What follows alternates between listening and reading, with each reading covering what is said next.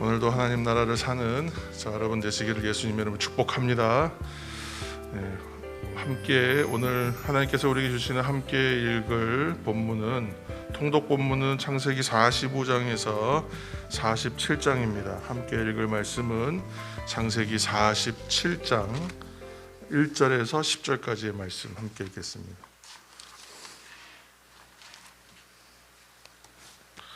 창세기 47장 1절에서 10절까지의 말씀 함께 읽겠습니다. 창세기 47장 1절.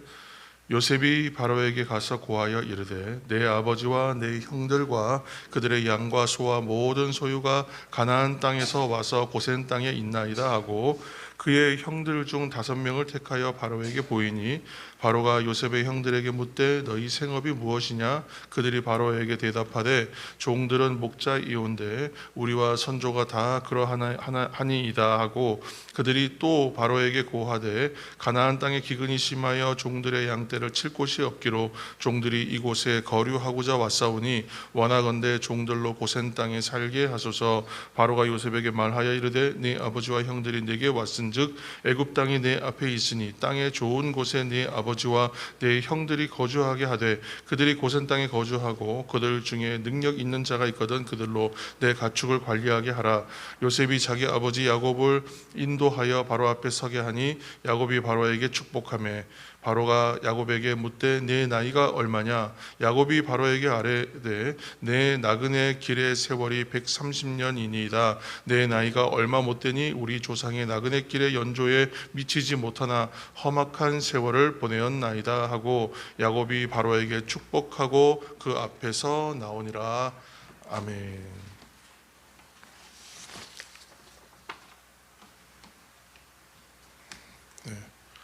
우리가 계속해서 요셉을 통해서 또 성경의 인물들을 통해서 발견하는 하나님의 섭리에 대해서 나눠가고 있었습니다. 우리가 성경을 통해서 보게 되는 요셉은 어린 시절에는 형들의 잘못을 아버지에게 고자질하는 아이였고 또 그의 삶을 보면 부모의 마음을 헤아린다거나 형들의 자존심을 고려한다거나 이런 모습은 사실 좀 보기 어려웠던 그런 철부지 같은 아이였다고 이제 성경은 기록하고 있죠. 또한 분위기 파악이 한마디로 안 되는 그런 아이였던 것 같아요. 근데 그렇기 때문에 자신이 이제 꿨던 꿈을 굳이 모든 식구들이 있는 데서 자랑하고 또 그거를 거듭 얘기해서 아버지한테 질책도 받고 형들의 미움과 시기도 받아서 결국은 험한 일을 당하기까지 하지 않습니까? 그런데 지금 이제 창세기 후반부로 가서의 요셉, 총리가 되고 이 모든 과정을 거친 다음에 지금 우리가 보는 요셉은 하나님의 섭리를 철저하게 믿는 신앙인, 섭리 가운데 놓여 있는 자신의 삶을 긍정적으로 받아들이는 아주 바람직한 신앙인의 모습을 보여줍니다. 또 자신에게 심각한 범죄를 저질렀던 형제들을 이제 만나면서도 복수의 마음으로 접근하지 않아요. 오히려 용서할 수 있는 사람으로 서 있습니다. 이제 더 이상은 철부지로서의 요셉이 아니라 한마디로 철든 사람, 변화된 새 사람으로서 서 있습니다. 그렇다면 무엇이 그렇게 그를 변화의 길로 이끌어 갔을까? 성경은 무엇을 가지고 그에게 인생이 이렇게 변화되었다라고 얘기하고 있는가? 결론을 먼저 얘기하자면 고난과 고통이 그의 인격을 변화시킨다. 그리고 그의 마음을 순화시켰다라고 할 수 있겠는데 요셉의 삶에 어쩌면 깊이 뿌리 내릴 수 있었던 감정들이 있잖아요. 그 감정은 분노나 원한이나 복수심이나 아니면 악한 감정들.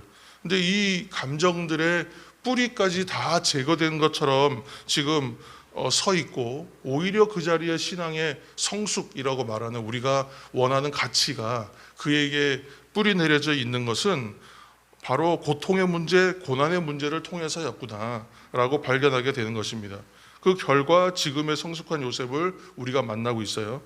오늘 말씀은 46장 29절 30절을 먼저 오늘 읽진 않았지만 46장 29절 30절 말씀을 한번 읽겠습니다. 46장 창세기 46장 29절에서 30절입니다.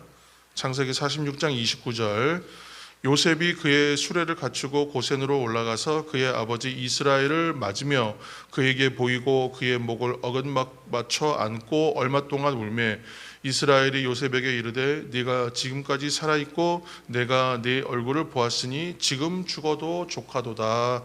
아멘. 제가 어제 이제 인생에는 후회하거나 후회할 만한 일들을 하지 않는 것이 좋고 후회하고 자책할 만한 일을 남기지 않는 것이 좋고 최선을 다해서 살았던 삶은 그래서 후회가 없는 삶이기 때문에 후회가 없는 삶을 살아야 된다. 이제 그런 말씀을 잠시 나누었습니다. 근데 오늘 이제 야곱은 이제 아버지로서 이제 요셉과 만나는 상봉하는 장면인데 야곱은 이제 너무 기뻐서 뭐라고 고백하냐면 내가 이제 죽어도 조카다. 그렇게 고백하죠. 이전에 하나님의 얼굴을 자신이 보았다 그래서 그 장소를 지명할 때 이름을 바꿀 때에 브니엘이라고 이름했던 것을 우리가 기억합니다. 하나님의 얼굴이죠. 하나님의 얼굴을 본 사람은 원래 죽어요. 하나님을 보면 죽는다라고 생각했는데 죽지 않았죠. 그러니까 이제는 자신이 살아야 할 이유가 더 있었다라고 생각했던 것 같아요. 인생의 후회가 될 만한 일, 오점이 될 만한 일들이 여전히 남아있다고 생각했던 것 같아요. 야곱도 물론 최선을 다했겠지만 그럼에도 불구하고 자신의 뜻대로 되지 않는 부분이 있었지 않겠습니까? 그런데 오늘 이제 그 하나의 오점과 같고 가시와 같이 남아있었던 죽은 줄 알았던 아들을 만나요. 하나님의 은혜로 만났다고 생각했을 거예요. 그래서 이제는 내가 평안히 죽을 수 있겠구나라고 고백합니다. 그러니까 삶의 마지막 어떤 순간과 어떤 마지막의 정점에 이른 사람이 이제 내가 죽어도 조카다라고 고백할 수 있는 건 참 복된 일인 것 같아요. 그래서 사람들은 이러한 이제 모습들을 보면서 인생을 어떻게 살아야 되는가에 대해서 좀 한번 생각하게 되는 것 같습니다. 사람들은 그렇게 생각해요. 긴박감이 있고 우여곡절과 에피소드가 많은 그러한 이야기를 좋아합니다. 그래서 한국 드라마의 특징이 뭐예요? 한국 드라마는 오늘 이제 뭐 주말 드라마면 1회, 2회 이제 하고 주일날에 이제 드라마가 마치면서 그 다음 주에 그 드라마 안 보면 안 될 것 같은 이야기를 꼭 만들잖아요. 그러니까 항상 드라마는 우여곡절이 있고 업앤다운이 심하고 좀 심하다 보니까 뭐 막장이다 이런 얘기 나올 정도로 그런 긴박한 이야기들이 많습니다. 반전도 많고요. 그런 이야기를 사람들이 흥미진진해하고 좋아하기 때문에 그래요. 예측 가능하고 무난한 이야기들이 그렇게 각광받기 어려운 것 같아요. 그래서 한국 드라마가 재미있고 하다 보니까 요즘엔 거의 한류 열풍의 주역이 되고 있습니다. 그런데 사람들은 그렇죠. 드라마는 재미있으면 좋아요. 드라마는 그런 이야기가 많으면. 그런데 실제로 나의 삶은 어때요? 그러한 일들이 많은 것을 반기지 않습니다. 내 인생은 어떤 우여곡절 없고 평탄했으면 좋겠다. 반전의 삶 이런 거 필요 없고 내 삶은 좀 평안했으면 좋겠다. 사람들은 그렇게 마음을 가진단 말이죠. 그런데 성경에 있는 인물들의 삶을 보면 우여곡절이 많은 삶입니다. 야곱의 삶이 그랬고 요셉의 삶이 그랬어요. 이삭의 삶은 창세기 26장인가요? 그 한 장으로 기록되고 끝이에요.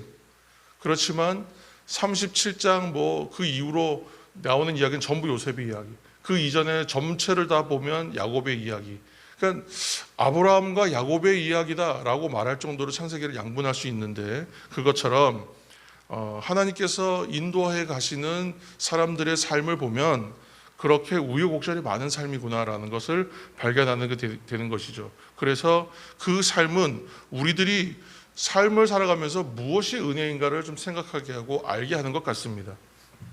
그래서 전적으로 은혜의 삶이 아니면 안 되겠구나라는 생각에 도달하게 됩니다. 오늘 이제 통독 본문 중에 46장, 47장은 야곱과 일족이 이제 애굽으로 이주하고 또 야곱이 바로 왕 앞에 서는 이야기가 나옵니다. 47장 7절 말씀 한 절 읽겠습니다. 47장 7절. 47장 7절. 요셉이 자기 아버지 야곱을 인도하여 바로 앞에 축복하매. 아멘. 10절도 읽겠습니다. 10절. 야곱이 바로에게 축복하고 그 앞에서 나오니라. 아멘. 야곱은 개인이에요. 한 개인. 개인으로서 지금 이집트 파라오, 이집트의 왕 앞에 섰습니다. 비록 개인이지만 이 야곱으로서 서지 않고 이스라엘로 섭니다. 이것 좀 의미가 있어요. 지금 비록 자신이 기근을 피해서 또 애굽을 피난처 삼아서 몸을 의탁해야 하는 상황이지만 축복의 말을 잊지 않습니다. 왜 그러냐 하면 하나님의 사람들은 복의 통로이기 때문에 그렇습니다. 그래서 축복하고 그 축복을 바로가 받는 그러한 입장을 취하게 되는 거예요. 성경은 그래서 7절 들어 시작하면서 만나면서 축복하고 또 헤어지면서 축복하였다라고 말해요. 근데 그것이 좀 그냥 지나가는 말이 아니라 그냥 축복의 인사를 건넨 정도로 끝난 것이 아니라 그런 의미를 지금 부여하는 장면입니다.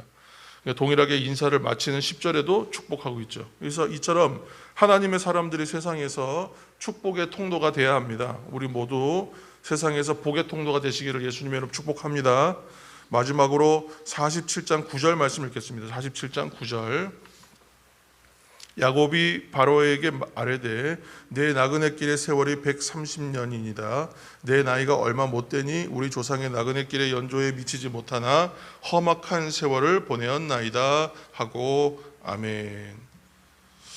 야곱은 자신의 삶을 한마디로 약술할 때에 험악한 세월이었습니다. 그렇게 이야기해요.